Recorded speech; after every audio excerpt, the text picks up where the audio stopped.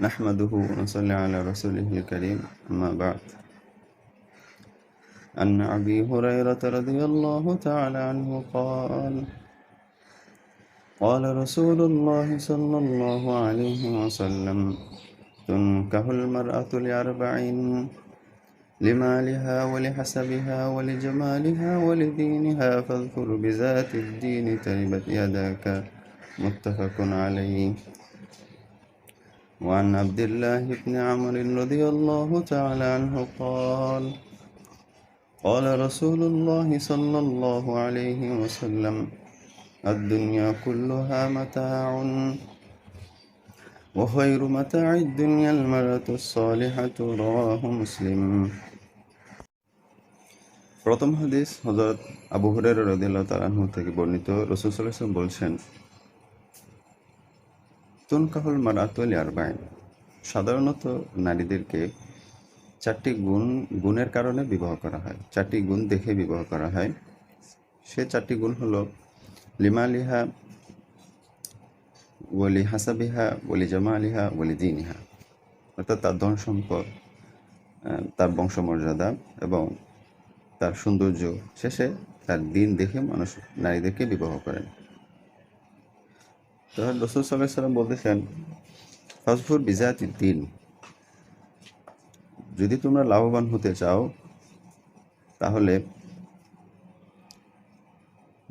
ধর্মপরায়ণ নারীদেরকে বিবাহ করো।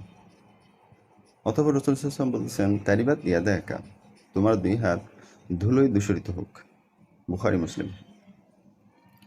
এখানে উল্লেখিত তারিবাত ইয়াদাকা এই বাক্যের অর্থ গ্রহণযোগ্য নয়, অর্থাৎ গ্রহণ করা হয় না। আরবিতে এ ধরনের বাক্য ব্যবহৃত হয়। এ ধরনের বাক্য নিয়ে দুটি মতবাদ রয়েছে। একটা হলো, এ ধরনের বাক্য বলা হয় বক্তার বক্তব্যকে দৃঢ়তার সাথে গ্রহণে শ্রোতাকে উৎসাহিত করা হয়, অর্থাৎ শ্রোতা যেন গুরুত্ব সহকারে বক্তব্যটি শোনেন এবং গ্রহণ করেন। কেননা সাধারণত মানুষ কোন একটা মেয়ের ধন সম্পদ এবং তার বংশমর্যাদা, তারপরে হলো তার সৌন্দর্য দেখে বিয়ে করে নেয়, দিনদারিত্বকে প্রাধান্য দেয় না, ফলে পরে ক্ষতিগ্রস্ত হয়। এ কারণে রাসূল সাল্লাল্লাহু আলাইহি ওয়াসাল্লাম বলতেছেন, তারিবাত ইয়াদাকা, তোমার দুই হাত ধুলোয় দূষিত হোক। তুমি যদি লাভবান হতে চাও, ফাজফুর বিজাতি দিন, দিনদার নারীকে বিবাহ করো।